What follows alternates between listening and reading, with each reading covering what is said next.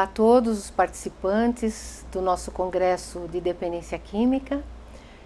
É com muita alegria que nós estamos aqui para falar de um tema assim, bastante importante dentro do campo da dependência química, que são as compulsões e a sua relação com a síndrome da dependência química e as bases para a recuperação.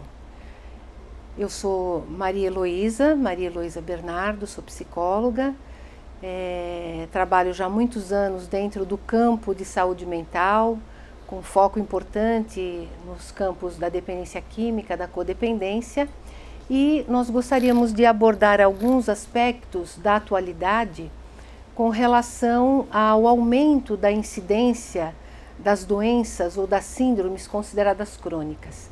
Dentre elas, os transtornos obsessivos compulsivos, ou aquilo que conhecemos hoje como abreviadamente como TOC, e também a síndrome da dependência química ou síndrome da dependência de substâncias psicoativas. Então é sobre isso que nós vamos abordar neste momento. Gostaria de fazer inicialmente uma diferenciação e caracterizar o que são doenças agudas e doenças crônicas, consideradas crônicas, iniciando pelas doenças agudas, que apresentam um início inesperado, onde a remissão ou morte ocorre em curto prazo e que finalizada a crise da doença, a pessoa, o indivíduo volta ao normal, onde a ciência possui recursos tanto tecnológicos quanto medicamentosos para abordagem da questão.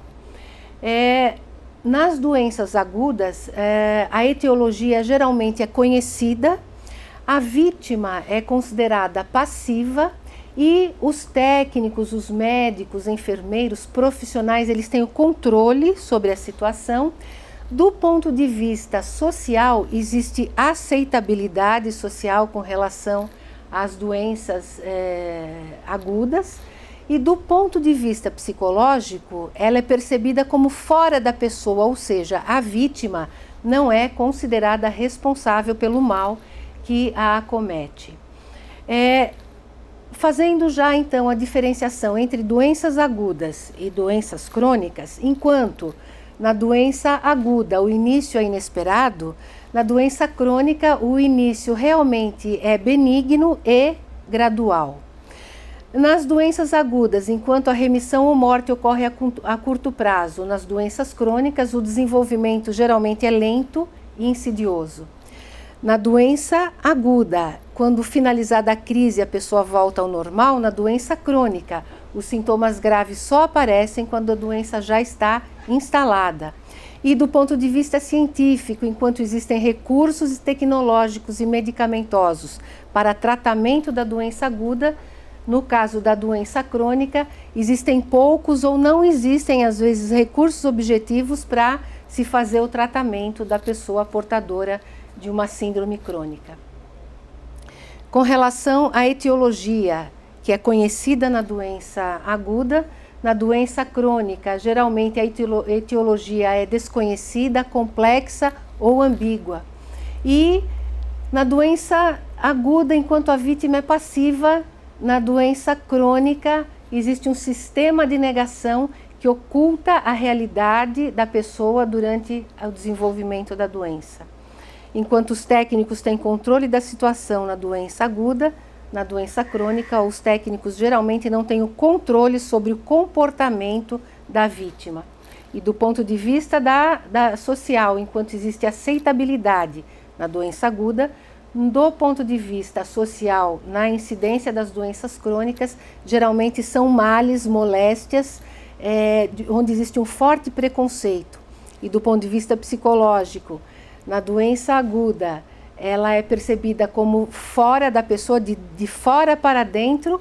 Na doença crônica, a doença é percebida como inerente à pessoa, fazendo com que a culpa, o sentimento de culpa se volte para a pessoa portadora da moléstia, havendo também uma raiva autocentrada, levando uma boa parte dessas pessoas a terem ideias ou realizarem tentativas mal ou bem-sucedidas de suicídio.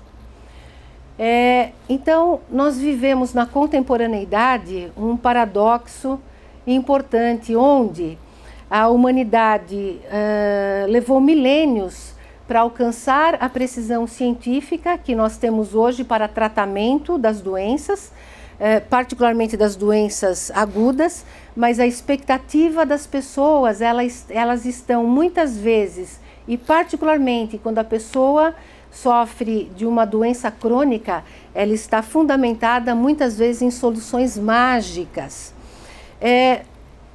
A impressão que se tem é que nós vivemos hoje uma progressividade, uma intensidade maior na incidência das doenças consideradas crônicas, e o paradoxo está que nós vivemos, apesar da tecnologia dentro dos campos de saúde, dentro do saber científico, nós vivemos ainda uma medicina esquartejada, não falando só de medicina, mas de todas as áreas da saúde, onde o ser humano ele é percebido como um ser dividido, como um ser esquartejado, onde se dá atenção a órgãos doentes, muitas vezes não se considerando a pessoa dentro do seu aspecto integral.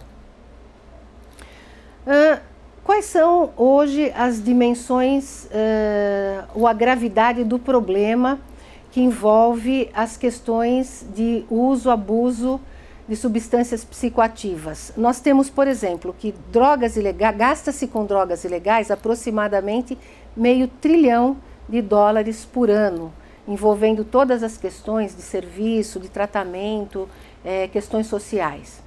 Nós sabemos que, contrariamente à percepção comum, as drogas legais, elas matam mais do que todas as drogas ilegais juntas. Por exemplo, o álcool é um dos maiores problemas de saúde pública no mundo hoje, em termos de morbidade e mortalidade. Existe uma única droga que mata mais do que o álcool, que é o tabaco, né? É considerado a droga que mais mata no mundo hoje é o tabaco, estou falando em termos de saúde pública.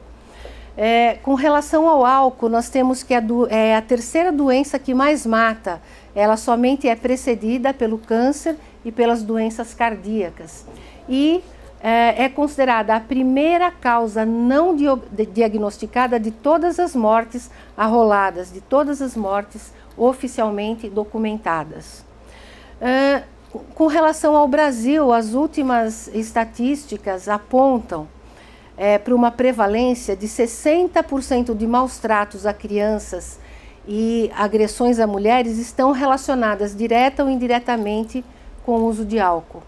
41% de todos os assaltos, 39% de todos os estupros, 64% de homicídios criminosos, de 35% a 64% dos acidentes fatais de trânsito e aproximadamente 80% de todos aqueles que se suicidam estão de alguma forma envolvidas com o uso de álcool. Nós estamos falando de estatística para álcool. Com relação ao tabaco, nós temos que uma declaração da Organização Mundial de Saúde, que é um dos principais problemas de saúde pública no mundo hoje. Nós estamos falando das drogas, consideradas particularmente no Brasil, drogas legais, né? Com relação à dependência química no Brasil hoje, existe uma estimativa que aponta para aproximadamente 16 milhões de dependentes, pessoas que já desenvolveram a doença no Brasil hoje. Se nós considerarmos que a dependência química, a pessoa portadora da dependência química afeta as pessoas da família no entorno, e se nós partirmos para imaginar, calcular alguma coisa de 3 pessoas por cada indivíduo afetado, pensando numa configuração familiar, nós teríamos aproximadamente 64 milhões de pessoas afetadas de forma indireta pelo uso de álcool e outras drogas que são considerados os codependentes, ou seja, as pessoas que estão mais próximas dos dependentes. Se nós somarmos os 16 milhões de dependentes e mais os aproximadamente 64 milhões de codependentes, numa estatística muito en passant, nós teremos aproximadamente 80 milhões de pessoas afetadas de forma direta ou indireta por álcool e outras drogas, o que significa, assim, numa projeção muito superficial, aproximadamente metade da população do nosso país, das pessoas que residem no nosso país hoje. Com relação à síndrome da dependência química, é largamente conhecido que as substâncias psicoativas usadas de forma inapropriada alteram o cérebro e a mente, afetam os comportamentos e os relacionamentos, deterioram os valores éticos e morais e danificam totalmente a estrutura do corpo, a mente, os órgãos, os sistemas e tal. Com relação à evolução das doenças crônicas, e falando particularmente nas compulsões e na síndrome da dependência química, nós temos que são moléstias que têm um aspecto multifacetado, onde existe para se equacionar, para tratar, para recuperar, existe a necessidade de uma compreensão integral do ser humano, né? E de uma integração tanto do ponto de vista científico quanto do ponto de vista dos valores humanos, dos valores de natureza espiritual, não religiosos, mas dos valores éticos, dos valores estéticos, o reconhecimento das leis de ação e reação, o reconhecimento de que tudo aquilo que eu faço, de bom ou de mal, volta para mim com a mesma intensidade. Então, essa compreensão, ela é extraída através, ela deveria ser extraída através de um trabalho dentro de uma equipe multiprofissional e interdisciplinar. Falando sobre a psicodinâmica da evolução das doenças crônicas, e aqui focalizando nas doenças, nas síndromes compulsivas e na dependência química, nós sabemos que as compulsões, elas produzem uma relação de escravidão entre a pessoa e o objeto que ela elege no desenvolvimento dessas compulsões. E que na nossa condição de ser humano, na verdade, nós vamos fazer aqui, um pensamento sobre a nossa condição de seres humanos. Na condição de seres humanos, nós temos conflito. Dificilmente ou impossivelmente uma pessoa passa pela vida sem experimentar conflito. Lembrando que os conflitos, eles tendem a levar à dor. Dor dentro de um aspecto geral. Pode ser dor física, mas na maior parte das vezes dor emocional, dor psíquica, dor espiritual. E que para enfrentar esses conflitos ou enfrentar essas dores, nós usamos os recursos que nós temos. E aqui, para efeito didático, né, nós vamos pensar, por exemplo, que dentro dos nossos recursos psíquicos, dos nossos recursos físicos, dos nossos recursos educacionais, e no uso desses instrumentos, a tendência é resolver ou equacionar os problemas existenciais.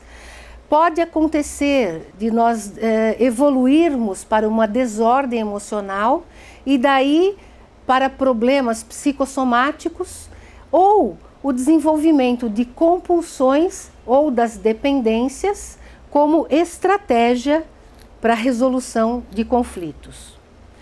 E de tudo isso existe uma equação básica que nós podemos traduzir da seguinte forma: em presença de dor, é possível se colocar comportamentos compulsivos para reduzir a dor, cujo resultante é o prazer imediato somado à dor futura.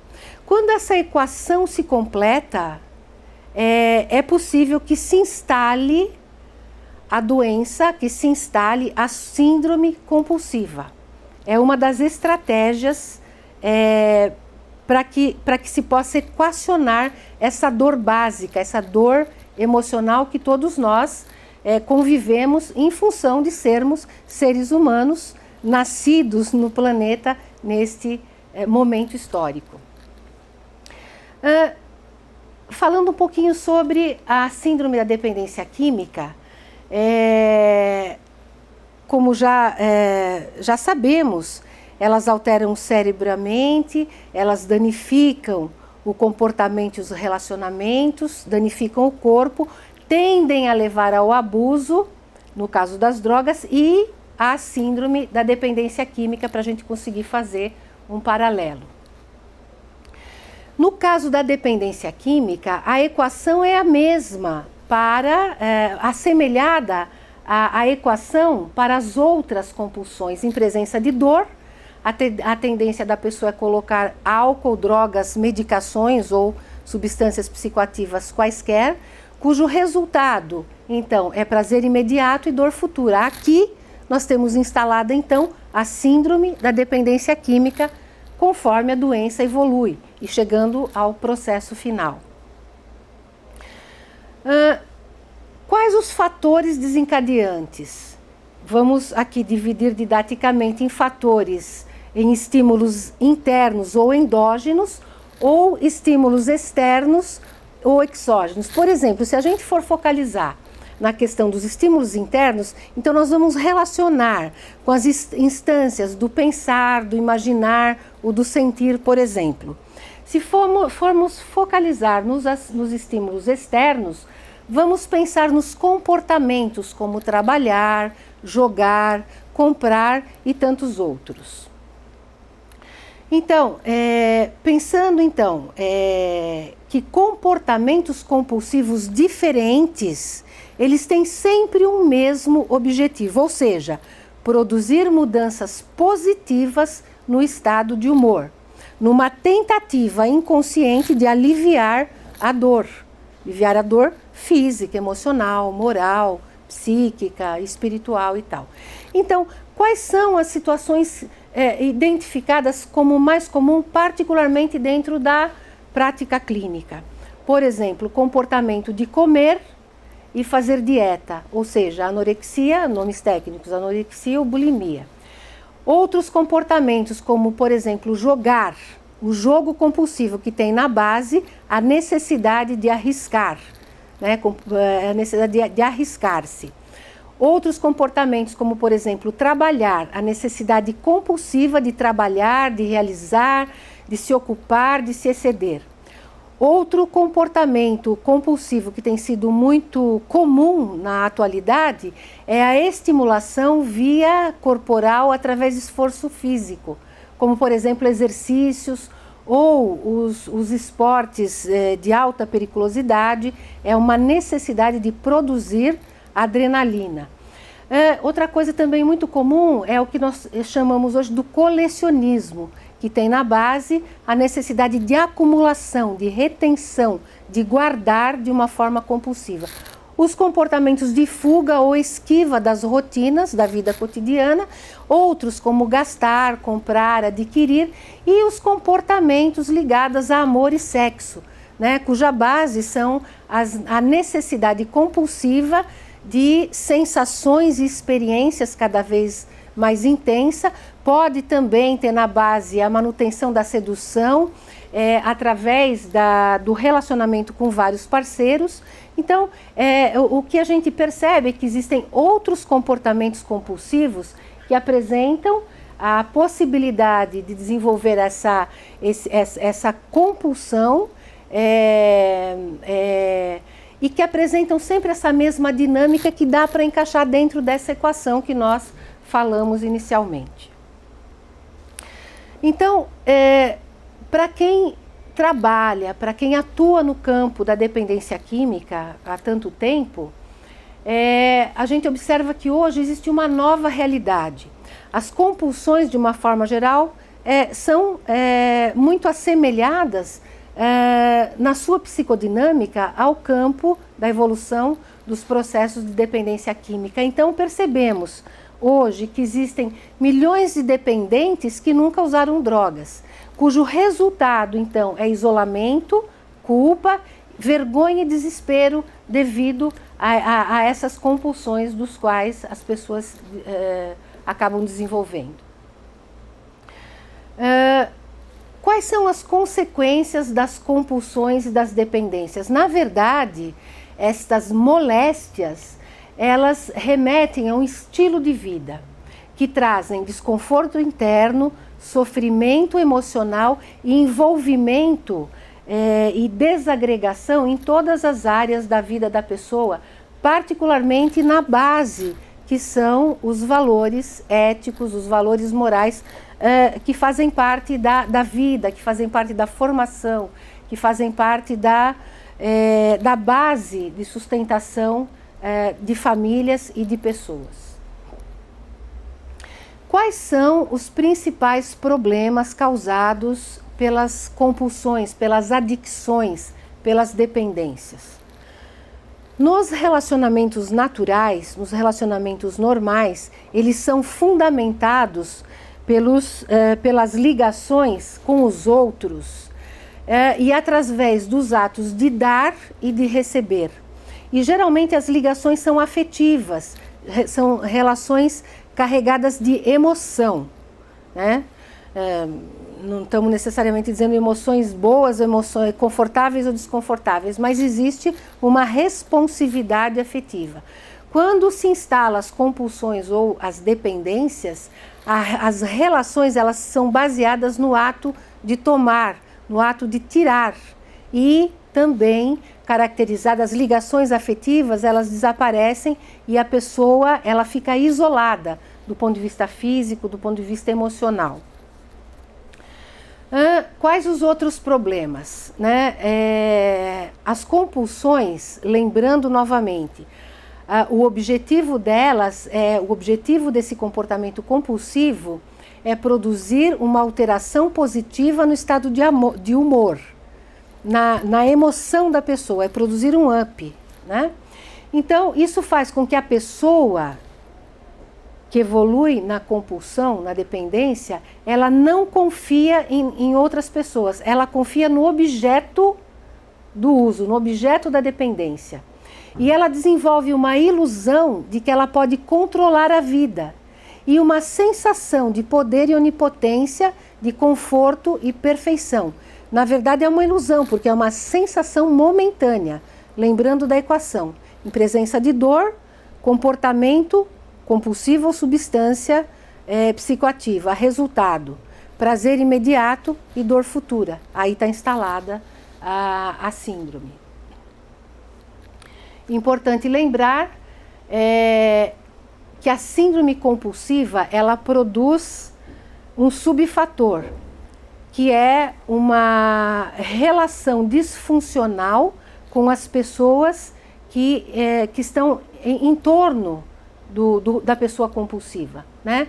Então ela produz sofrimento emocional em quem convive com a própria doença e no entorno, ou seja, nas outras pessoas que participam da vida dessa pessoa portadora da moléstia, né? Que é chamado, no caso da dependência química, da síndrome da codependência, ou nas outras compulsões, é conhecida como disfuncionalidade pessoal, disfuncionalidade emocional. É uma síndrome evolutiva grave que ainda hoje não se dá atenção adequada em termos de tratamento, em termos de recuperação. Uma pergunta que sempre nos ocorre e que sempre aparece quando nós estamos conversando com outras pessoas sobre a evolução dessa síndrome é assim: como se faz o diferencial, já que todos nós em algum momento nos excedemos nisto ou naquilo, né? Como é que a gente vai saber quando esse excesso é natural, é normal, ou quando ele já é patológico, né?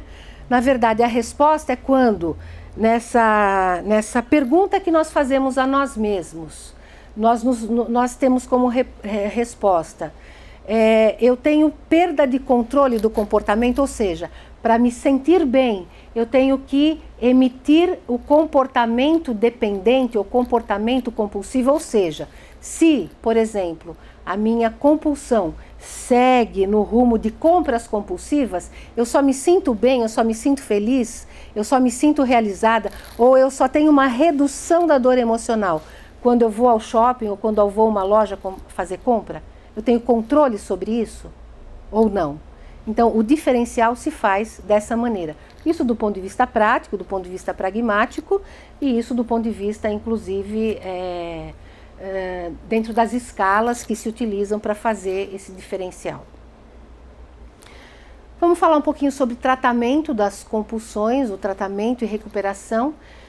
O que se usa para buscar o equacionamento, a recuperação.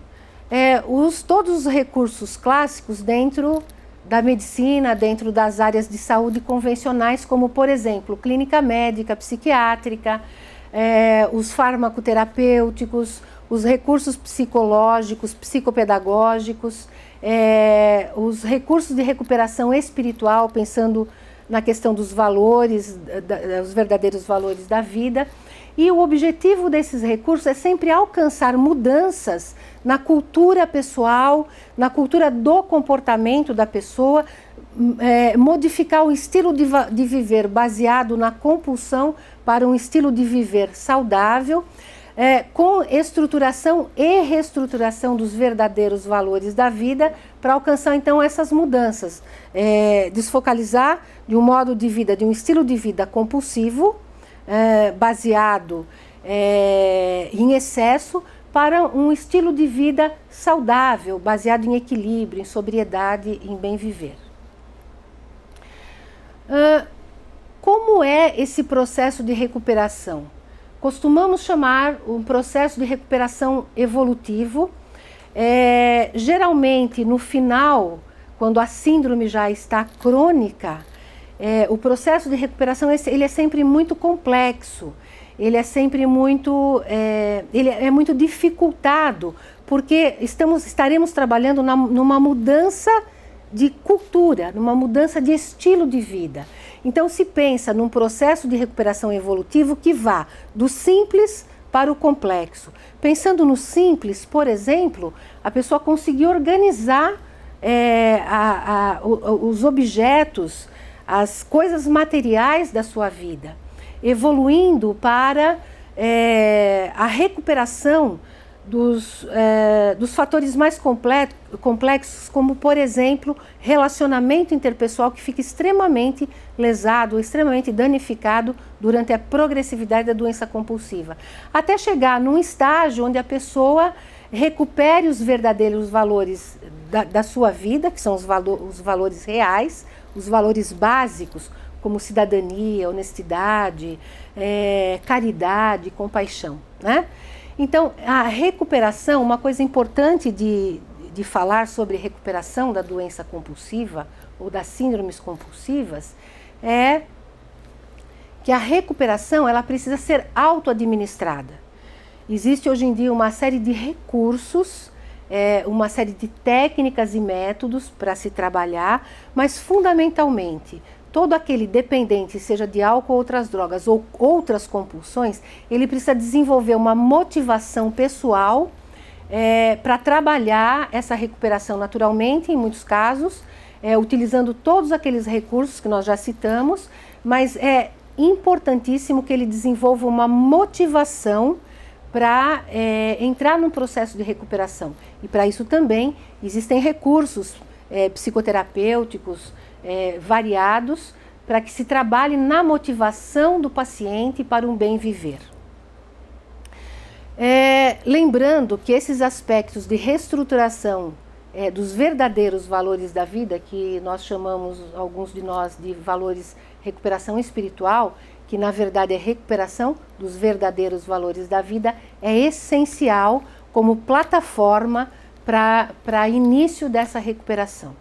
E falando da questão espiritual e falando ainda do aspecto religioso, todos aqueles que professam uma determinada fé religiosa, a gente vê assim um grande benefício, independente da religião, como um substrato, como um terreno firme para que a pessoa possa alavancar o seu processo de recuperação. Falando ainda de recursos de tratamento, é importantíssimo que se aborde na recuperação estratégias com foco no cognitivo, particularmente na estrutura, nos mecanismos de defesa. Um dos principais mecanismos de defesa que impedem um início de recuperação são os mecanismos de negação, onde a pessoa já tem a vida desestruturada, né, a vida desorganizada devido a essas compulsões, mas a pessoa nega o problema. Por mais problema que ela tem em todas as esferas da vida, ela nega. Lembrando que a negação é um processo inconsciente, semiconsciente, que precisa ser trabalhado, que precisa ser trazido para a consciência para que a pessoa consiga superar esta etapa. Mas é necessário também abordar o problema dentro da esfera afetiva, ou seja, toda pessoa que desenvolve síndrome compulsiva, ela tem um bloqueio emocional. A pessoa, se nós fôssemos usar um exemplo, a pessoa se torna pedra, a pessoa se torna gelo. Então, utilizando métodos e técnicos específicos, levar essa pessoa a reaprender a sentir, a desenvolver responsividade emocional. E a recuperação dos valores espirituais, como nós já falamos, é fundamental. Se nós falarmos em recuperação para dependentes de substâncias psicoativas, para dependência química, uma boa parte dos terapeutas, particularmente aqueles que trabalham na clínica de recuperação, em instituições focalizadas em recuperação, trabalham com o conceito de abstinência de substâncias psicoativas. Ou seja, para aquelas pessoas que têm uma condição primária que evolui para a síndrome de dependência química, os melhores modelos de recuperação trabalham com abstinência de substância psicoativa, a menos que a pessoa tenha um duplo ou múltiplo diagnóstico, ou o que é muito comum, uma comorbidade psiquiátrica, né? Mas para aquelas pessoas que têm a doença primária, ou seja, somente o que já é suficiente, a síndrome da dependência química, uma boa referência trabalhar com abstinência de substância psicoativa no processo de recuperação. E também a continência e controle dos comportamentos compulsivos, ou seja, uma pessoa que entra num processo de recuperação para dependência química precisa tomar cuidado, tanto ele próprio quanto os profissionais, com a evolução de compulsões substitutas, né? Então isso é algo que precisa ser assim bastante observado na recuperação. Então, quais são as principais barreiras de tratamento? Nós já falamos, a negação é o primeiro deles, e a segunda principal barreira são os processos de recaída, porque estacionar a compulsão é relativamente simples, com recursos medicamentosos, com recursos comportamentais. O mais difícil é prosseguir o processo de recuperação, né? Então, os principais indicadores da recaída são, primeiro, a negação, e o processo que envolve a recaída, que tem a ver com o sistema de autoilusão, que escamoteia do portador da síndrome os dados de realidade. Existe a necessidade também de educação, ou seja, de instrução, de orientação sobre a evolução do processo compulsivo, a evolução da síndrome da dependência química. E, para uma boa recuperação, o retorno ou o desenvolvimento de uma rede de comunicação social. E nós costumamos trabalhar, particularmente nós que trabalhamos com recuperação dentro de instituições assistenciais, uma boa efetividade na recuperação é aliar o tratamento técnico profissional aos grupos de ajuda mútua, aos grupos de autoajuda, como Amor Exigente, os grupos de anônimos, tanto para dependentes quanto para codependentes. Falando em processo de recaída e avançando na questão da recuperação, é importante lembrar o que é o processo de recaída, particularmente na questão da dependência química. Significa a substituição de uma droga por outra droga ou por um comportamento compulsivo, ou seja, a pessoa inicia a recuperação trabalhando a abstinência daquela droga da qual ela desenvolveu a dependência, por exemplo, o álcool, e no processo de recuperação ela pode, por exemplo, substituir o álcool por um calmante, por um sonífero. Então, na recuperação é preciso tomar esse cuidado de não substituir uma droga por outra droga. E muitas vezes a outra droga acaba sendo uma indicação de algum profissional, geralmente da área médica, né? Então, muitas vezes um profissional que não tem uma especialização ou que não tenha o conhecimento devido da recuperação na dependência química, pode, no processo de recuperação do dependente, dizer para ele, por exemplo, olha, é bom você parar com o álcool, mas a maconha tende a trazer uma calma. Isso pode parecer assim que não acontece, mas acontece muito, a gente vê isso muito na prática clínica. Ou substituir uma substância psicoativa ilegal, orientar o paciente a substituir uma substância química ilegal como cocaína, por exemplo, por medicação, por um psicofármaco, né? O que vai produzir então uma dupla dependência, dependendo de como a situação evolui do ponto de vista do paciente. Então, quando a droga ou um comportamento compulsivo não satisfazem mais o dependente, eu estou falando no processo de recuperação, geralmente ele volta para a droga de preferência. Isso é o que nós chamamos de recaída. Então, recaída não significa a pessoa voltar a usar droga. Recaída significa a pessoa retornar a uma vida de baixa qualidade, né? E vai iniciar com compulsões substitutas, pode evoluir para o uso de outras substâncias psicoativas, o que vai, naturalmente, depois de um certo tempo, levar ao processo de recaída na droga original. Quem trabalha no campo da dependência química conhece os processos de recaída e sabe que antes da pessoa voltar a usar sua droga original, ele emite uma série de sinais e sintomas antes do processo de recair no químico da sua preferência. Ou seja, são sinais que são coisas que ele fala, são os sinais que podem ser observados pelo profissional ou coisas que ele relata. Então, são sinais e sintomas que antecedem a recaída. A isso nós chamamos de SAT, Síndrome de Abstinência Tardia ou Síndrome de Abstinência Demorada, que significa a emissão de aproximadamente 47 sinais e sintomas que antecedem a recaída. Isso mostra que a pessoa vai ficando disfuncional antes da recaída no comportamento compulsivo ou na substância psicoativa. E quando a equipe profissional consegue fazer o manejo disso, existe a possibilidade da pessoa estar disfuncional emocionalmente, mas retornar a um processo de recuperação antes da recaída definitiva, né? Então, assim, são estratégias de tratamento que eu sei que outros profissionais já estão trabalhando com isso.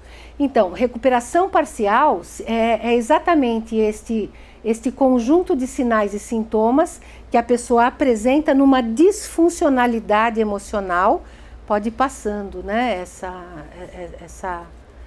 Então, assim, que é chamado de síndrome de abstinência tardia, que é uma recuperação parcial, ou seja, uma recuperação de baixa qualidade, conhecida como SAT ou SAD, Síndrome de Abstinência Tardia ou Síndrome de Abstinência Demorada. Envolve aproximadamente 47 sinais e sintomas que antecedem a recaída. Com relação às compulsões, nós sabemos também,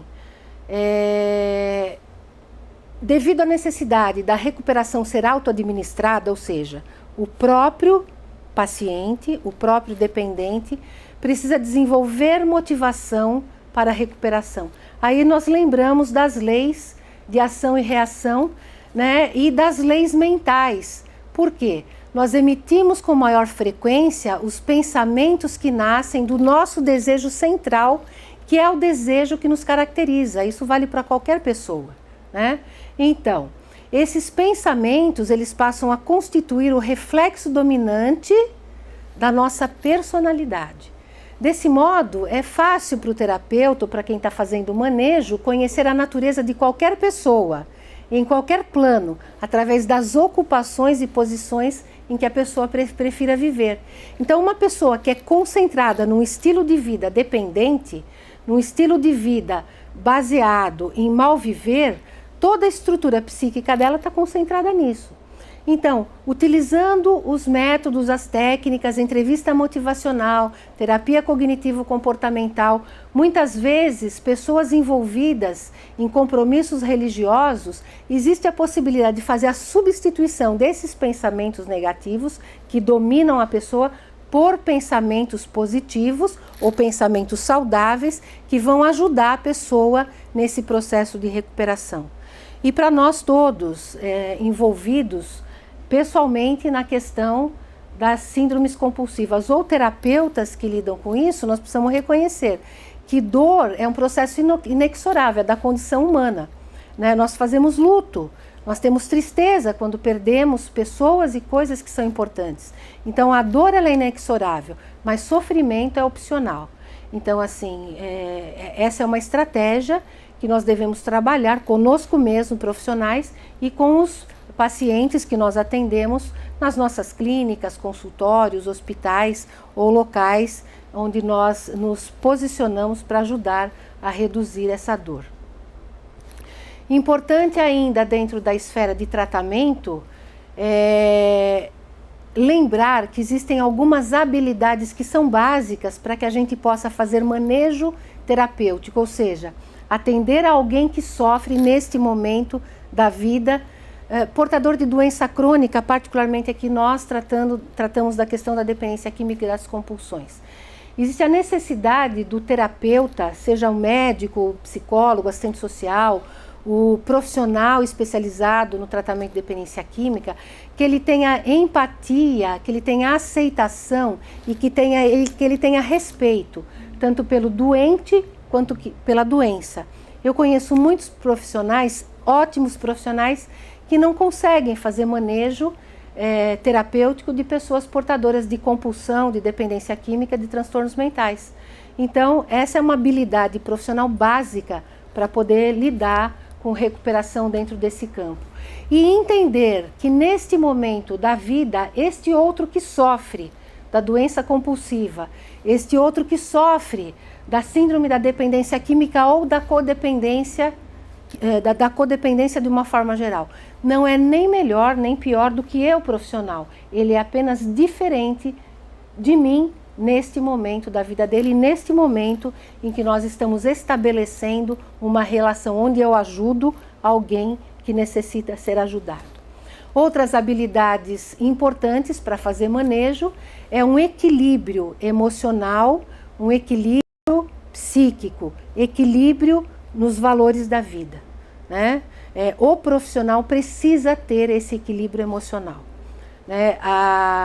O manejo de tratamento das síndromes compulsivas, da dependência química, exige do profissional que ele tenha um relativo equilíbrio físico, emocional, psíquico e de valores, dos verdadeiros valores da vida. E é necessário também que, se ele for uma pessoa que é portador da síndrome, que ele não esteja ativo, ou seja, que ele esteja em processo de recuperação intenso, né? E assim, na minha experiência, eu percebo que os melhores terapeutas para lidarem com dependência química ou doença compulsiva são aqueles que passaram pelo problema, alcançaram a sua recuperação e hoje se dedicam profissionalmente ao tratamento de pessoas com o mesmo problema, né? Então, eles são capazes de identificar através da empatia o sofrimento, as barreiras, as dificuldades da recuperação e se tornam excelentes profissionais, desde que não tenham a síndrome da dependência ou da codependência ativas no momento em que estão fazendo o manejo profissional. E, como já falamos, a importância de serem portadores de valores éticos, valores morais, bastante consistentes para poderem fazer esse manejo.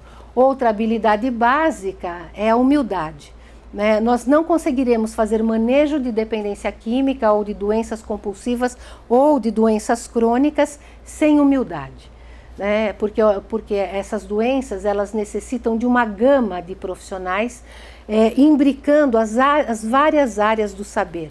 Então, aquela pessoa que não tem a humildade para partilhar, para compartilhar, para abordar o dependente químico dentro da sua dimensão humana e com a humildade suficiente para reconhecer o outro como um ser humano igual a ele, onde em algum momento ele também, que está nesse momento na condição de ajudar, pode desenvolver um problema ou uma moléstia como aquela que ele está tratando hoje.